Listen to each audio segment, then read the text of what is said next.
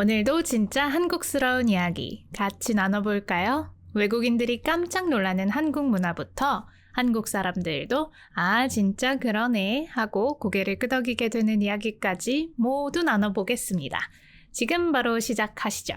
That's so Korean! 뚜뚜!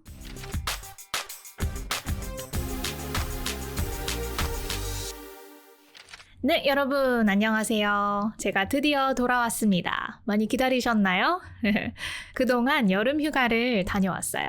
그래도 제가 없는 동안 영상도 많이 봐주시고 댓글도 많이 달아주셔서 정말 감사합니다. 제가 어디에 다녀왔냐? 바로 말레이시아 쿠알라룸푸르에 다녀왔습니다. 네, 짧은 여름 휴가였는데요. 거기서 맛있는 것도 정말 많이 먹고 또 거기 사람들이 친절해서 되게 좋은 시간을 보내고 왔습니다. 말레이시아는 서로 다른 문화적 배경을 가진 사람들이 한데 모여서 살아가는 곳이더라고요. 종교도 다 다르고 사용하는 언어도 다르고 생김새도 다 다른데 그렇게 모여서 개성대로 살아가는 게 좀 신기했습니다. 저는 특히나 이제 그런 나라를 오랜만에 가봐서 그런지 더 그런 점이 유독 눈에 띄었어요. 그리고 반대로 한국에 돌아오니까 모두가 정말 비슷하게 살아가는구나 라는 생각을 하게 됐어요. 특히나 여러분이 이제 한국에 오시면 그런 점을 좀 신기하게 생각할 것 같아요.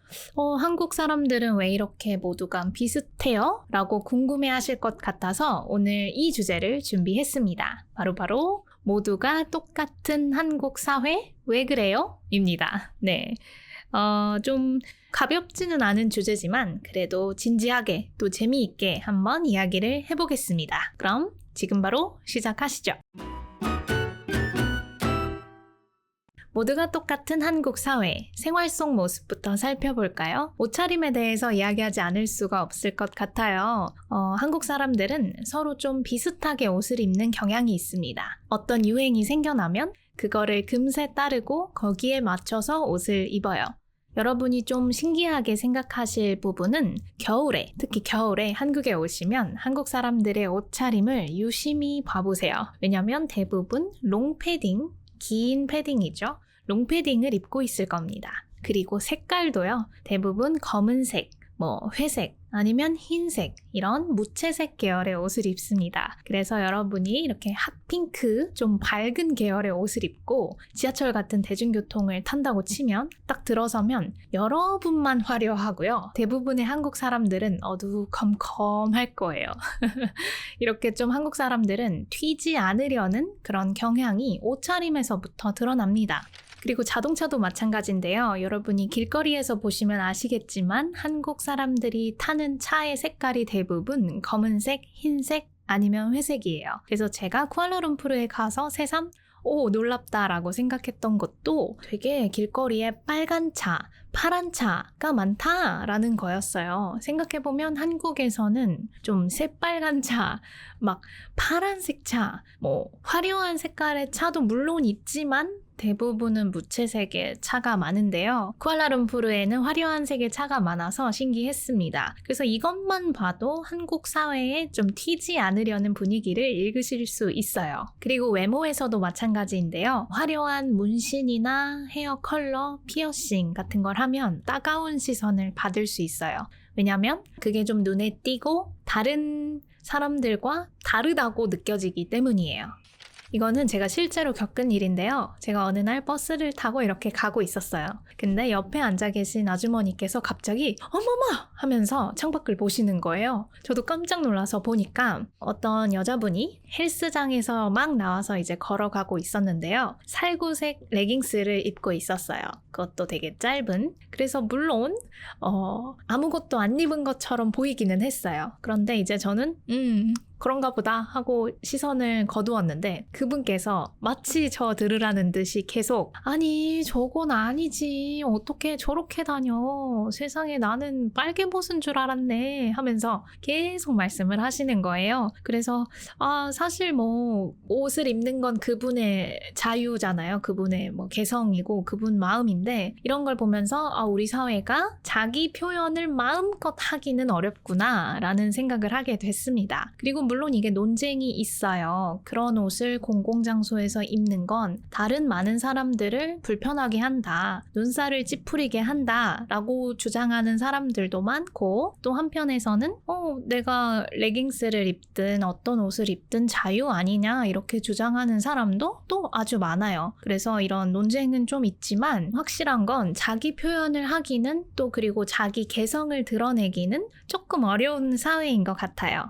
그리고 생각을 표현할 때도 마찬가지인데요. 모두가 좀 비슷하고 무난하게 행동을 하는 경향이 있습니다. 굳이 튀지 않으려는 거죠. 직장에서 회의를 한다고 해볼게요. 상사가 어떤 의견을 말했습니다. 그리고 여러분은 그게 좀 아닌 것 같다는 생각이 들어요. 그래도 굳이 거기에 대고 아닌데요? 별론데요? 하지 않아요. 절대 그렇게 하지 않아요. 왜냐면 그거 자체로 튀는 행동이거든요. 그냥 대부분의 사람들이 하는 대로, 또 조직에 맞춰서 따라가는 게 그게 좀 안전하다고 생각을 하는 거죠. 중간만 가면 된다라는 말이 있는데요. 너무 지나치지 않게, 한쪽으로 너무 치우치지 않게 중간에서 딱 적당하게 행동하는 게 좀 올바르다라고 느끼는 분위기예요. 그러니까 한국 사회에서는 튀는 게 안전하지 않은 거고, 눈치를 보면서 자기의 의견을 그냥 대부분의 사람들하고 맞춰서 가는 방식이 몸에 배어 있습니다.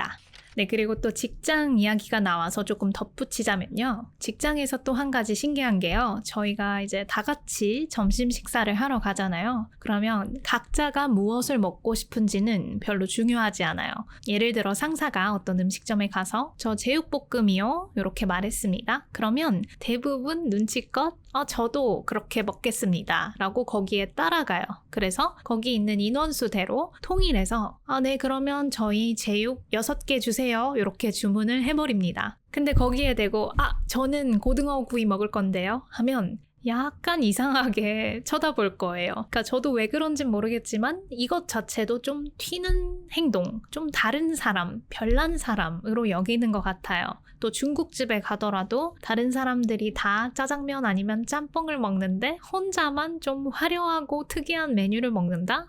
그러면 저 사람 좀 눈치 없네? 이렇게 생각할 겁니다. 그러니까 어떻게 보면 다른 사람이랑 똑같이 행동해야만 살아남는 경우가 많아요. 그래서 어쩔 수 없이 한국 사회에 살면 비슷하고 무난하게 행동할 수밖에 없는 것 같습니다. 자, 그러면 과연 도대체 왜 한국 사람들은 이렇게 비슷하게 행동할까요? 그리고 왜 튀는 걸 꺼려 할까요? 저도 이번 여행을 계기로 한국 사회의 이런 획일적인 부분에 대해서 생각을 해보게 됐습니다. 일단 제 생각에는 한국 사회에서 눈치가 정말 중요하게 작용해서 그런 것 같아요. 눈치는 분위기를 읽는 능력이죠. 이렇게 분위기를 읽어서 남들과 다른 행동을 뭔가 내가 하고 있다면 제가 눈에 띄고 불리해질 수 있잖아요. 그거 자체로 안전하다고 느끼지 않기 때문에 최대한 남들하고 비슷하게 무난하게 행동하려고 하는 것 같아요. 그리고 항상 그 분위기에 맞춰서 적절하게 행동하려고 이렇게 신경이 좀 곤두서 있습니다. 항상 눈치를 봅니다. 눈치가 그만큼 한국 사회에서 중요하기 때문이에요. 분위기를 잘 읽어야 됩니다. 그리고 또 한 가지 모두가 비슷하게 살아가는 이유는 그 물질적인 성공을 가장 중요한 가치로 여기는 사회적인 분위기도 한몫하는 것 같습니다. 한국에서는 좋은 대학교에 가고 안정적인 직장을 얻고 또 집을 사서 경제적으로 여유가 이제 생겨야 잘 산다라고 말을 하거든요. 그러다 보니까 사회가 정해놓은 그 안전하고 확실한 길만 가야 한다는 압박이 생기는 거죠. 사실 좋은 대학이든 좋은 직장이든 들어갈 수 있는 인원은 한정적이잖아요. 모두가 그 좋은 대학교나 그 좋은 회사에 갈 수 없잖아요. 근데 마치 딱 그 길만이 정답인 것처럼 하는 사회적인 분위기 때문에 그 목표를 달성하려고 모두가 비슷하게 경쟁을 하고 똑같이 행동하고 비슷한 생각을 갖고 살아가는 것 같아요. 이거는 교육 시스템에도 그대로 반영이 됩니다. 저는 한국에서 태어나고 자랐는데요. 저희가 자라면서 특히 학창 시절에 진로나 꿈과 상관없이 우선 서울에 있는 좋은 대학교에 가기 위해서 공부했던 기억이 납니다. 그래야 아무튼 잘 살게 될 거니까요. 네. 그리고 대학교에 가서도 마찬가지예요.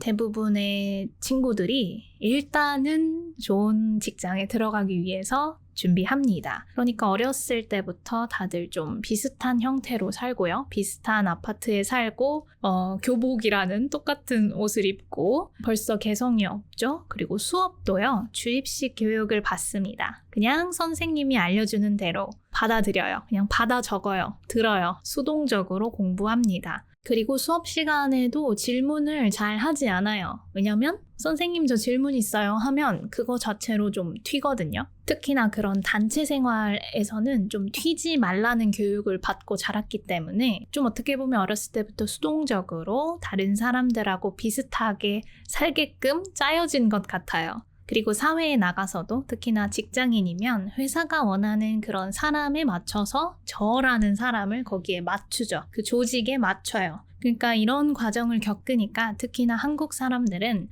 나 혼자 좀 다르면 어떡하지? 라는 두려움을 느끼게 되는 것 같아요. 모두가 대학에 가기 위해서 공부한다고 했잖아요. 만약에 저 혼자 대학에 안 간다면 뭔가 좀 큰일이 날 것만 같고 다른 친구들은 다 직장에 들어가는데 만약에 저만 다른 일을 한다. 그러면 약간 뭔가 좀 실패자 같고 패배자라고 여기는 사회적인 분위기가 좀 있기 때문에 모두가 좀 도전하기보다는 자기 개성을 살려서 살기보다는 사회가 원하는 대로 사는 것 같습니다. 그리고 이것 때문에 서로 생각이 좀 비슷해지는 것 같아요. 네, 이렇게 모두가 똑같은 사회에 단점만 있는 건 아니죠. 장점도 분명히 있습니다. 우선 안정감이 좀 있어요. 어쨌든 다 같이 올바르다고 생각하는 길이 있으니까 그 길에 맞춰서 가면 나는 뭐 큰 문제는 없겠구나, 크게 실패는 안 하겠구나 하는 게 있는 거죠. 그런 안도감을 좀 줍니다. 그리고 소속감도 느낄 수 있어요. 어떤 유행이 있을 때 그걸 그냥 따라하기만 하면 나도 그 문화를 즐기고 있네 라는 소속감을 쉽게 느낄 수 있습니다. 그리고 여러분이 아시는 것처럼 한국은 역사적으로 위기를 많이 겪어온 나라예요. 한국 전쟁 그리고 그 후에 가난 이런 상황마다 한국 사람들은 함께 힘을 합쳐서 위기를 극복해 왔습니다. 전쟁 후에 엄청난 경제 성장을 이뤄냈습니다. 저는 그 시절을 겪진 않았지만 그때 당시 할아버지 할머니 세대에서 다 같이 힘을 합쳐서 위기를 극복해야 한다라는 그런 공통적인 생각을 가지고 있었기 때문에 그게 가능했던 것 같아요. 그리고 대부분의 한국 사람들이 거기에 대해서 존경심을 가지고 삽니다. 그래서 한국인들은 지금도 어려운 상황이 생기면 빠르게 단결하는 모습을 보여줍니다. 거기에 더해서 효율성도 있습니다. 모두가 좀 같은 기준에 맞춰서 빠르게 움직이다 보니까 시스템이 잘 굴러갑니다. 예를 들어서 코로나 시기를 겪을 때 전 국민이 동시에 마스크를 딱 쓰고 방역 지침을 잘 지켰던 거는요. 한국 사회의 그런 빠른 적응력을 보여주는 것 같습니다. 그냥 모두가 웬만하면 튀지 않으려고 하기 때문에 그런 규칙이나 질서가 잘 지켜지는 거죠. 그리고 또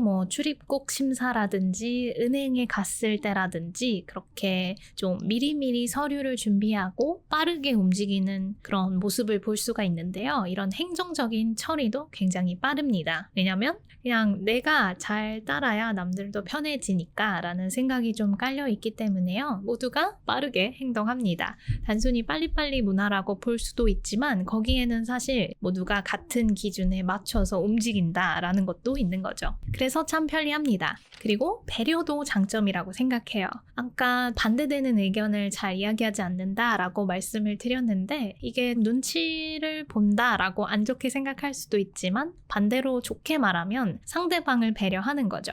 굳이 논쟁하거나 싸우지 않고 두루두루 비슷하게 또 무난하게 잘 지내려는 그런 생각이 깔려 있습니다. 그리고 지하철, 카페 같은 공공장소에 가서도 큰 소리를 내는 사람이 없는데요. 이거는 모두가 짜맞춘 듯이 배려를 하기 때문에 그런 것 같습니다. 그러니까 큰 소리를 내면 다른 사람도 싫을 거야 라는 생각을 가지고 있기 때문에 나름대로 서로 이제 배려하는 거죠. 이런 문화 덕분에 기본적인 질서도 잘 지켜지고 웬만하면 서로 배려하면서 이야기할 수 있는 것 같아요. 그리고 이건 개인적인 이유지만 다른 나라에 가면 어쩔 수 없이 저는 이방인이잖아요. 그리고 아시아인, 여성 이렇게 읽히는데 한국 사회에서는 모두가 비슷하게 생겼기 때문에 그런 외적인 구분에서 오는 불안감이 적습니다. 저는 특별히 튀지 않기 때문에 그게 안전하다고 느끼게 돼요. 자, 이런 한국 사회 어떠신가요? 어떤 분은 아, 그래서 예전에 한국이 경제적으로 빠르게 성장할 수 있었구나. 또 위기가 있을 때마다 잘 극복했구나 라고 생각을 하실 것 같아요. 저희는 다수가 어떤 공동의 목표가 있으면 그거를 향해서 달려가는 그런 문화가 있기 때문에 국가적으로 위기일 때 모두가 힘을 잘 합치죠. 그리고 꼭 국가적인 일이 아니어도 단체 생활에서도 개인적인 거를 욕심내기보다는 그냥 단체에 맞춰서 행동합니다. 자기 자신을 희생하더라도 이 단체 생활이 행복할 수만 있다면 그렇게 하는 거죠. 아이돌 가수분들을 생각해 보더라도 모두가 참고 공동의 목표를 위해서 연습도 막 열심히 하고 이러다 보니까 또 세계적인 가수가 나올 수 있지 않나 라는 생각도 듭니다. 그리고 또 질서가 잘 지켜지니까 안전하고 편리한 사회가 되었구나 라고 보실 수도 있을 것 같아요. 그런데 반대로 너무 개개인의 개성이 억눌려 있네? 내가 저기 산다면 너무 답답할 것 같아 라고 보실 수도 있죠. 왜냐하면 자기 표현을 할 때도 사회적인 시선을 의식해야 되고 또 자기 의견을 직장에서 강하게 말하기보다는 계속 돌려 말해야 되니까요. 그런 자유가 좀 없고 눈치나 배려가 우선시되는 모습이 답답할 것 같아요. 이런 한국 사회 어떻게 생각하시나요? 여러분의 의견을 알려주세요. 네, 여러분 오늘의 주제 재미있게 들으셨나요? 저도 마침 휴가를 다녀오면서 이런저런 생각을 하게 되다 보니까 오늘 이 주제를 준비를 해봤습니다. 그래도 다행히 요즘은 한국 사회에 큰 변화가 생겨나고 있어요. 서로 다른 외모를 인정을 하고 있고요. 대학을 가지 않거나 직장에 가지 않아도 그래, 각자의 인생이니까 이렇게 서로 다른 길을 존중하는 분위기로 가고 있습니다. 네, 그래서 오늘은 조금은 무거운 주제였지만 그래도 한국 사회, 한국 문화를 이해하는데 꼭 필요하다고 생각이 들어서 이야기를 나눠봤습니다. 여러분은 들으시면서 과연 어떤 점이 인상 깊으셨나요? 여러분의 생각이나 의견을 댓글로 남겨주세요. 그러면 저는 다음 시간에 또 재미난 주제로 찾아오도록 하겠습니다. 들어주셔서 감사합니다. 안녕!